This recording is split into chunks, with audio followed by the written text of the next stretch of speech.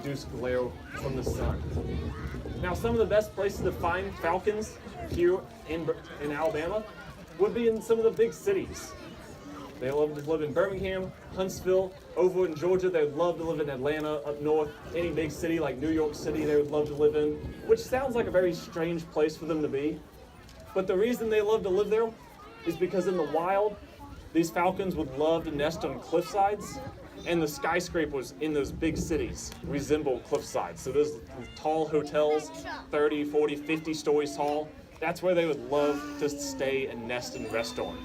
The other reason that they love to stay in those big cities is because these birds, again, are eating those pigeons and doves, which there's plenty of pigeons, usually in big cities. So they got plenty of food for them to go around catching and eating, and then they also have a place for them to stay and rest.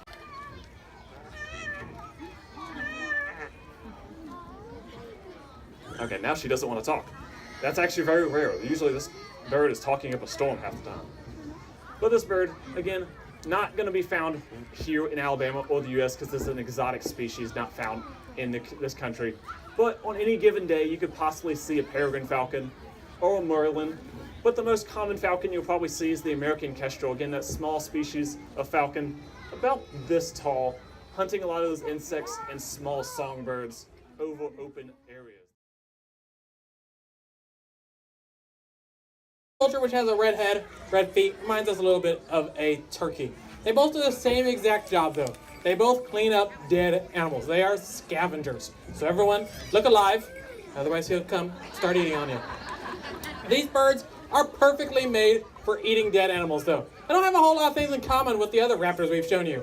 You know, those owls have very quiet flight, not vultures.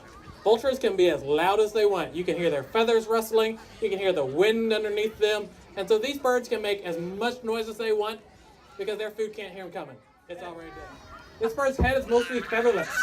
That way when he reaches his head up inside those dead animals, he doesn't get covered in blood and guts and germs. He stays relatively clean. That long beak is perfectly made to reach up inside of those dead animals so that he doesn't have to put his whole entire body inside of them. I'm going to be quiet so he can hear you, Rachel. I'm gonna wait for him to look. Kramer, up! Because you don't look dead. Let's try it. Sometimes, let's try it. If I look dead. Kramer, up! Works every time.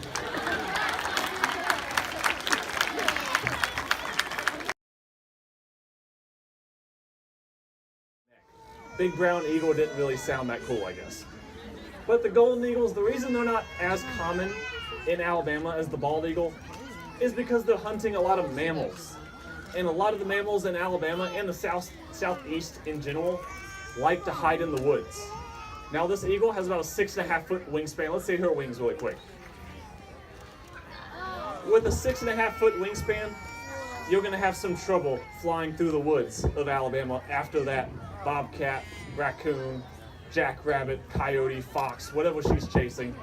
So with that big wingspan, she'd have trouble. She'd most likely hit a tree branch or a tree trunk somewhere. And that's the reason they don't like Alabama in the southeast. All woods and all forests are just too thick with trees, not enough room for them to fly around. We do have a few select populations in Alabama.